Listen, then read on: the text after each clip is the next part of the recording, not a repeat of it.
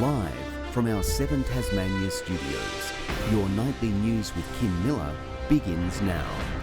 Major commitments to childcare and housing have been made by Labor and the Greens, marking day 2 of the Tasmanian Election campaign, while the Liberal leader journeyed to the northwest, welcoming a major government partnership with a promise of more jobs. Labor today expanding its education commitments, promising to build 30 new early childhood centres with 4,000 new places, throwing $75 million at the issue. We'll do this by partnering with the sector, opening up government land to make sure that we can provide the necessary childcare spaces that Tasmanians need. But we have wait lists for all our services. It's difficult and parents really need to shop around. The Liberals say Labor's childcare costings don't add up. Leader Jeremy Rockcliffe visiting the Elphinstone heavy manufacturing facility in Wynyard, expanded with the help of a $5 million government grant. Enable not only those key defence contracts, but also generate some $120 million of economic revenue, of course, and indeed create 75 new jobs as well. It's the cost of energy that Labor's still focused on, pushing its plan to cap prices. Tasmanian Labor's policy only takes power prices back to pre-Jeremy Rockcliffe levels. That's back to 2021 when they were 22.5% lower. The lowest regulated energy prices in the nation, and indeed the highest concessions to support particularly vulnerable Tasmanians with their energy prices. Housing is where the Greens say they can help Tasmanians, committing to 10,000 new social and affordable homes in 10 years. Turbocharge the construction of houses, invest $400 million in housing over the years ahead. Promising to boost the construction workforce as part of its commitment. The Chamber of Commerce is urging all parties to reveal their plan to get Tasmania moving again. A TCCA survey indicating the cost of doing business is the biggest concern for traders, with a skills and labour shortage not far behind. The majority of businesses were still keen to grow their workforce and grow in Tasmania. So it shows Tasmania is a great place to be, a great economy. And with 5 weeks of campaigning left, parties and candidates trying to build support wherever they can. Ruby Cairns, 7 Tasmania News. Firefighters are continuing to bring a blaze under control in this state's northeast. The Watch and Act notice in Tomahawk was downgraded earlier today. Police are now being advised to avoid smoke and monitor the situation, reassured there is no immediate threat. Residents should still check their bushfire plans, with those with medical conditions encouraged to enact their personal plans for avoiding smoke.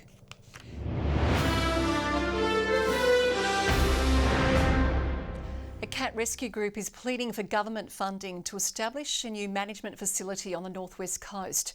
Just Cats in Mowbray says cries for help have been ignored as the centre today takes charge of containers of abandoned felines needing care. It's a problem that continues to rear its head. Well, that's sad. Abandoned and stray cats and kittens requiring care and a future home. These 38 cats and kittens were picked up by a backyard rescue group on the northwest coast and handed to the RSPCA. It no longer operates a cat management facility, meaning Just Cats in Mowbray has had to step in to take charge. 4 adult cats and 34 kittens, all with cat flu. Having cat flu would now mean that they need to go into quarantine and have their cat flu medication. So realistically, it's going to cost us about double the amount that it would normally cost to be able to take in this amount of cats.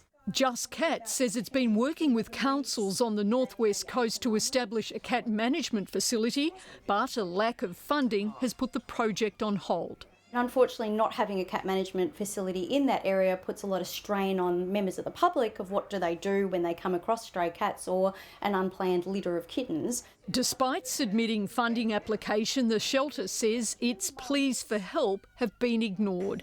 Cat lover and independent candidate Lara Alexander claims she's raised the issue with her parliamentary colleagues in the past. I just believe that people who do these assessments in the department and also maybe the ministers in charge have not understood the complexities of the problem. Ms Alexander also horrified, claiming on King Island the department is killing stray cats with poison baits. My point is we should not be in Tasmania in the 21st century dealing with this sort of problems in a third world country manner.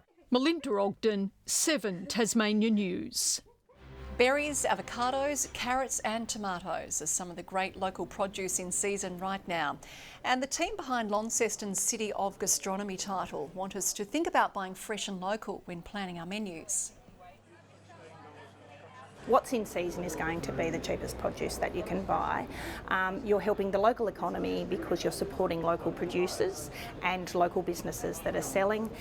You're helping the environment because the produce hasn't travelled for a long way to get here. They're opening voting each season to name Tasmania's favourite fruit or vegetable, with a $500 restaurant gift card up for grabs for voters. A Tasmanian politician has gone the extra mile to raise thousands of dollars for people living with disabilities.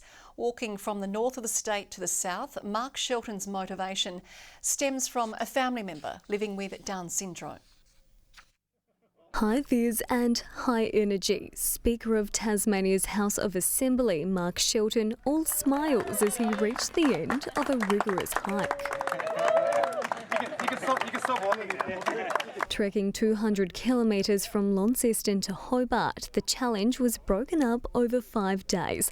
The final stint, Brighton to Lenna Valley. The biggest day was the third day when I did 62,000 steps, 10 hours worth of walking. Battling 30-degree heat, strong winds, highways and uphill terrain, Shelton was no stranger to the course, completing it for a third time now. 4 pairs of sneakers on hand to keep one foot in front of the other. My feet, there are some blisters and some issues, but that will heal. The reality is we did this for a really good cause. Raising money for Disability Service St Giles. Look, it will be put towards, therapy resources, gym equipment and assistive technology. So for those, resources that aren't otherwise covered by the NDIS. I have a 12-year-old Down syndrome grandson now who's just started high school. Before he was born, St Giles was assisting the family. Around $17,500 has been collected with help from bulk nutrients at the final checkpoint. Donations still open on St Giles' website for Tasmanians keen to help Mark hit his 20k target. Brianna Boylan, 7 Tasmania News. A Nigerian-born artist has touched down in Tasmania to spark the conversation about immigration. Taking part in Mona Foma, Amika Ogbo's exhibition Boats engages all the senses. In a building filled with visual art, attendees will listen to a sound installation which includes John Kamara's 2023 speech to Parliament on refugees, all while sipping on Tasmanian gin infused with African botanicals. Being able to fuse 2 cultures or 2 traditions into a bottle in terms of taste experiences. This is what migration is all about. It doesn't always have to be this very negative experience as being pushed by politicians. It's incredibly moving, and it's kind of layered with historical excerpts of kind of distorted rhetoric around migration, White Australia policy. The installation runs until Monday.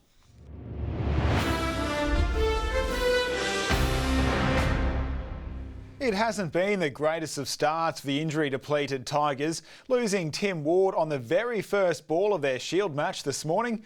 WA's Joel Paris claiming 3 Tassie scalps within the first 5 overs, but Jordan Silk was keeping the fielders busy with his half-century. A 63 from Bradley Hope, then helping the hosts limp to 183. After lunch, the Tigers were also pulling the trigger early, catching Cameron Bancroft for 2, taking 4 relatively quickly. The visitors are digging in though, trailing by 65 at stumps with 6 wickets in hand.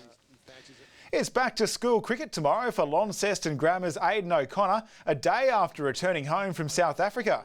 2 years younger than his teammates, the 17-year-old Riverside all-rounder got 1 match for the Aussies at the Under-19 World Cup, but made it count, taking 2 for 17 against Zimbabwe. But it's 1 in the column. Unbelievable experience. Pretty humbling when you're putting your sunscreen on in the mirror and you see the Australian kit on. But yeah, just try to take it with both hands. Aidan will be hanging around the Under-19 squad with a camp later this year and hopefully a trip to India. The Kookaburras have landed a big win over India on their home turf for the FIH Pro League early this morning. 3 late goals, including one from Hobart's Jack Welch, taking the Aussies to a 6-4 victory. Earlier in the night, a goal from Tassie Tiger Madison Brooks adding to the Hockeyroos' 4-0 win over USA. A sprint finish has seen King Island sensation Stuart McSwain claim the John Landy Mile, beating a star-studded field at Melbourne's Moree Plant Meet overnight. McSwain finding a little more in the tank as British world champion Jake Whiteman started encroaching on his territory. Obviously I probably didn't want to lead that far out. There was a fair bit of headwind coming in that front straight, but I just had to hold back. I knew Jake would come, and then once he got on my shoulder, I was like, we can't let a guy come to our home track and beat us. The 3-minute 52-second mile is another feather in the Tassie boys' cap in the lead up to Paris. Good evening. Hope you've had a pretty good Friday. Weather fairly stable. Hobart 23, Launceston 26 today, Burnie 24 and Devonport 22. 27 was the top at Ouse and Launceston Airport.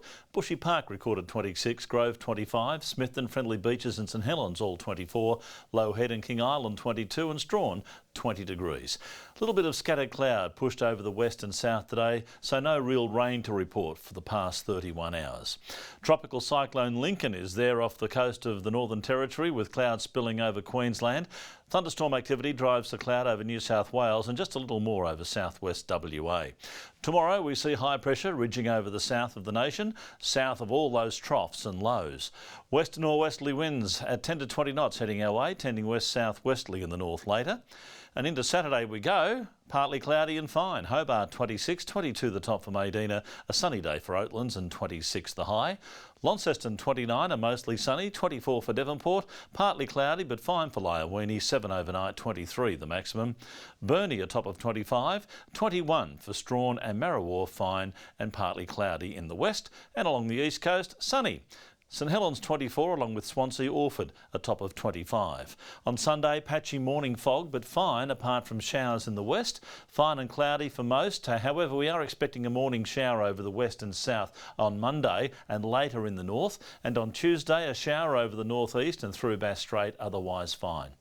36 in Perth tomorrow, sunny weather for Adelaide, cloudy and 25 for Melbourne. Showers possible still for Sydney, Brisbane and Darwin. Fine conditions at the moment, 20 in Hobart, 22 in Launceston, Devonport currently 20 degrees.